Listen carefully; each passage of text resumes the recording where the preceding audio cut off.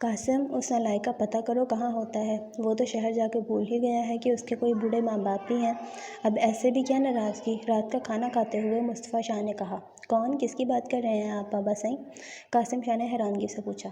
راسم شاہ کی بات کر رہے ہیں، اور کون ہوگا جو شہر جا کے اپنے خاندان کو بھول بیٹھا ہے۔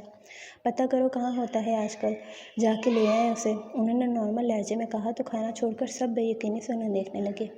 آپ سچ کہہ رہے ہیں؟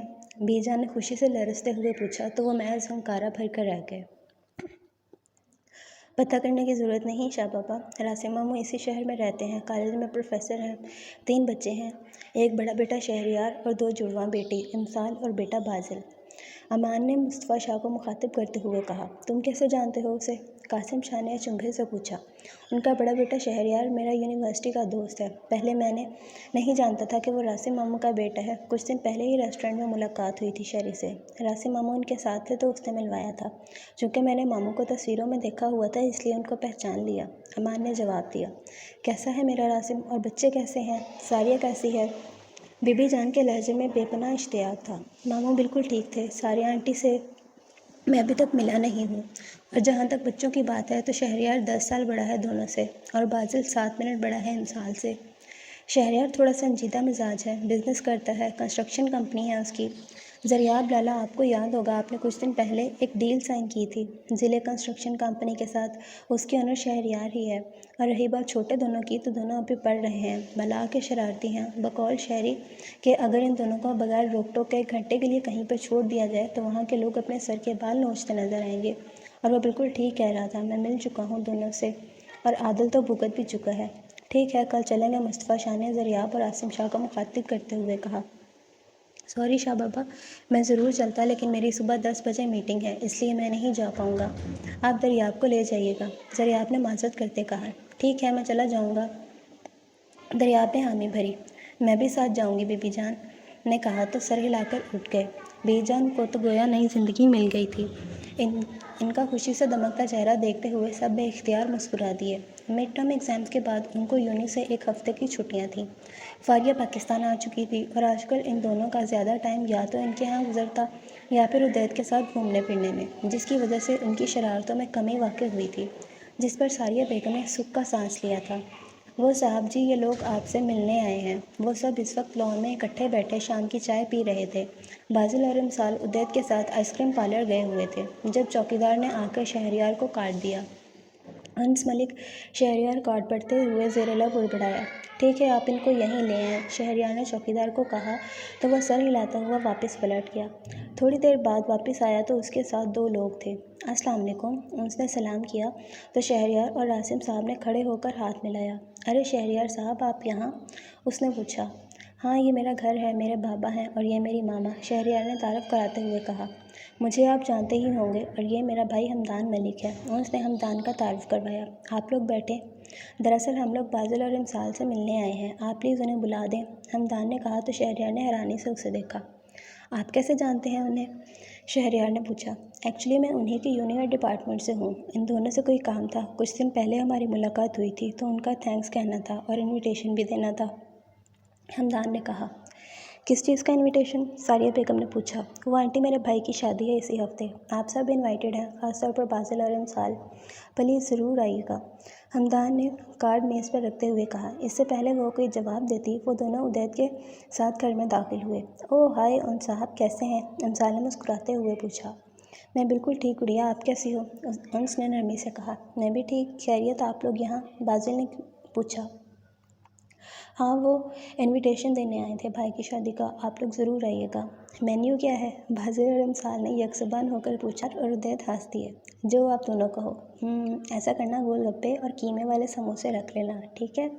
امسال نے چہکتے ہوئے کہا۔ شیور، انس نے مسکرا کر شہریار تو انس کو دونوں سے بات کرتا دیکھ کر حیران تھا۔ کہاں وہ مغرور مزاج بندہ جو اپنے سوا کسی کو خاطر میں نہیں لاتا تھا، کیسے مسکرا کر بات کر رہا تھا۔ اچھا حمدان بیٹا، یہ تو بتاؤ یہ لوگ یونی میں کیسے رہتے ہیں؟ ہم لوگ کا تو جینا حرام کیے رکھتے ہیں، لیکن وہاں سے کبھی بھی ان کی کوئی شکایت نہیں آتی، ساریہ بیگم نے حمدان سے پوچھا تو حمدان کو بے اختیار وہ دن یاد آیا جب وہ اور انس سر راشد کے پاس گئے تھے۔ جیسے انہوں نے ان دونوں کا نام لے کر بات شروع کی تو وہ تو پھٹ ہی پڑے تھے۔ انہوں نے جو ان کے شان میں قصیدے پڑھنے شروع کیے تو دونوں کو اپنے کانوں سے دھواں نکلتا محسوس ہوا۔ آدھے گھنٹے کی منت ترلوں کے بعد وہ جا کے مانے تھے۔ ہمدان نے بے اختیار ان کی طرف دیکھا تو انہوں نے جھٹ سے نفی میں سر ہلا دیا، جس کو عدید اور شہریار نے بخوبی نوٹ کیا تھا۔ وہ آنٹی، یہ لوگ بہت ہی ڈیسنٹ اسٹوڈنٹس کی طرح رہتے ہیں، کبھی کسی کو کوئی شکایت نہیں ہوئی اور سب ٹیچرز کے تو فیوریٹ ہیں۔ استغفر اللہ، سب ان کی اتنی تعریفیں کرتے ہیں۔ اللہ پاک مجھے معاف کرنا اتنے بڑے جھوٹ پر۔ ہمدان نے دل ہی دل میں توبہ استغفار کرتے ہوئے بات مکمل کی۔ اچھا، پتہ نہیں کیوں مجھے یقین نہیں آتا، ثاریہ بیگم نے سوچتے ہوئے کہا۔ آپ ماں ہیں نا، اولاد کو بہتر طریقے سے جانتی ہیں، شاید اسی لیے۔ ہمدان نے ٹھکے چھپے لفظوں میں انہیں باور کروایا کہ ان کی سوچ بالکل ٹھیک ہے۔ تھوڑی دیر ادھر ادھر کی باتوں کے بعد وہ لوگ شادی میں شرکت کی تاکید کرتے ہوئے چلے گئے تو عدید اور شہریار نے ان دونوں کو گھیرا۔ ہاں بھائی، شروع ہو جاؤ۔ تو دونوں نے فر سب کچھ بتا دیا، جسے سن کر دونوں نے بے ساختہ قہقہا لگایا تھا۔ جاری ہے۔